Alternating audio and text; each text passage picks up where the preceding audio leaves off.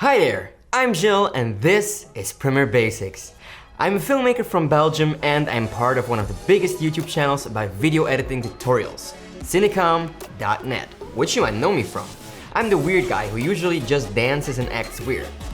But anyway, we found a big need for basic tutorials that explain one simple functionality within Adobe Premiere Pro, mostly answering questions from editors like you who are stuck on something specific.